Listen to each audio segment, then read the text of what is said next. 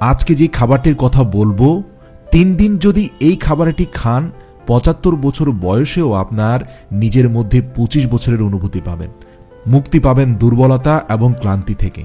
তবে আপনাদেরকে হুবহু খাবারটা এভাবেই প্রস্তুত করতে হবে যেভাবে আমি দেখাচ্ছি।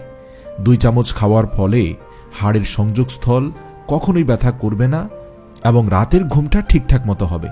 প্রিয় দর্শক, এই খাবার শরীরে ক্যালসিয়ামের মাত্রা বাড়াবে এবং দুর্বলতা ও ক্লান্তি দূর করবে এবং আপনি যে অসুস্থতায় ভুগছেন এবং জ্বালা সহ্য করছেন সেটা থেকেও মুক্তি পাবেন ইনশাআল্লাহ।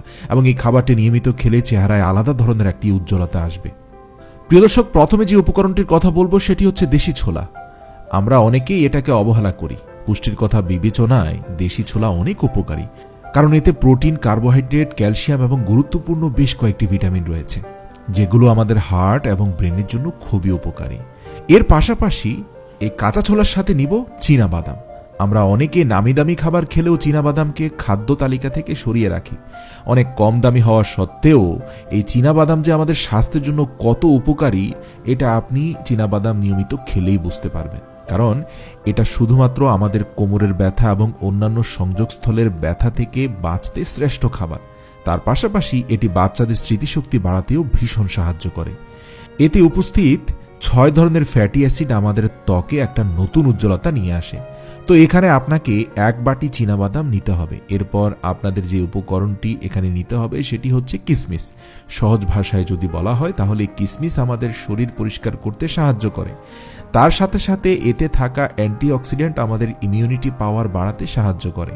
এছাড়া শরীরে রক্তের পরিমাণ বাড়াতে কিশমিশের অবদান অনেক বেশি।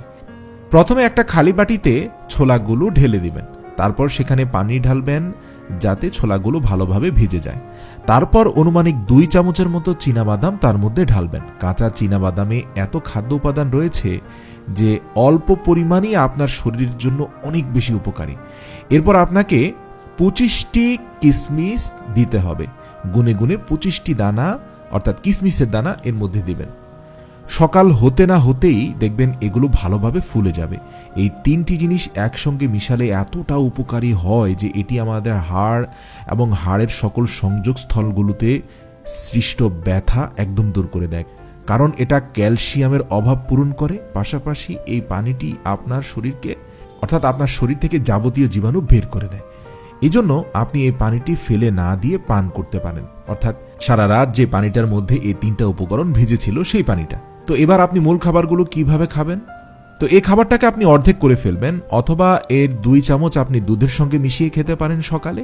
যারা সকালে নাস্তার সঙ্গে দুধ খান তারা এটাকে দুধের সঙ্গে মিশিয়ে খেতে পারেন, অথবা আপনি চাইলে গরম পানি ব্যবহার করতে পারেন। বাকি অর্ধেকটুকু আপনাকে সন্ধ্যায় খেতে হবে। অফিস থেকে আসার পর এটি খাবেন যখন শ্রান্ত ক্লান্ত হয়ে যাবেন। আপনি যে কাজই করেন সারাদিন শ্রান্ত ক্লান্ত হয়ে সন্ধ্যায় বাকি অর্ধেকটা আপনি খাবেন। দুধের সঙ্গে আপনি এই জিনিসটি সঙ্গে সঙ্গে খেতে পারবেন, কিন্তু যারা গরম পানির সঙ্গে এটি খাবেন তারা এটি খাওয়ার আধ ঘন্টা পর গরম পানি খাবেন। প্রথম 3 দিনেই আপনি এর এতটা উপকার দেখতে পাবেন যে অলসতা, ক্লান্তি এবং কাজ থেকে ফিরে আসার পরে শরীর যে জীর্ণশীর্ণ হয়ে যাওয়া, দুর্বলতা তৈরি হওয়া, সেই সমস্যাটাকে কাটিয়ে একদম চাঙ্গা করে দিবে। একটানা 3 দিন এটা গ্রহণের ফলে আপনি দুর্বলতা এবং ক্লান্তি থেকে চমৎকার সজীবতা অনুভব করবেন ইনশাআল্লাহ।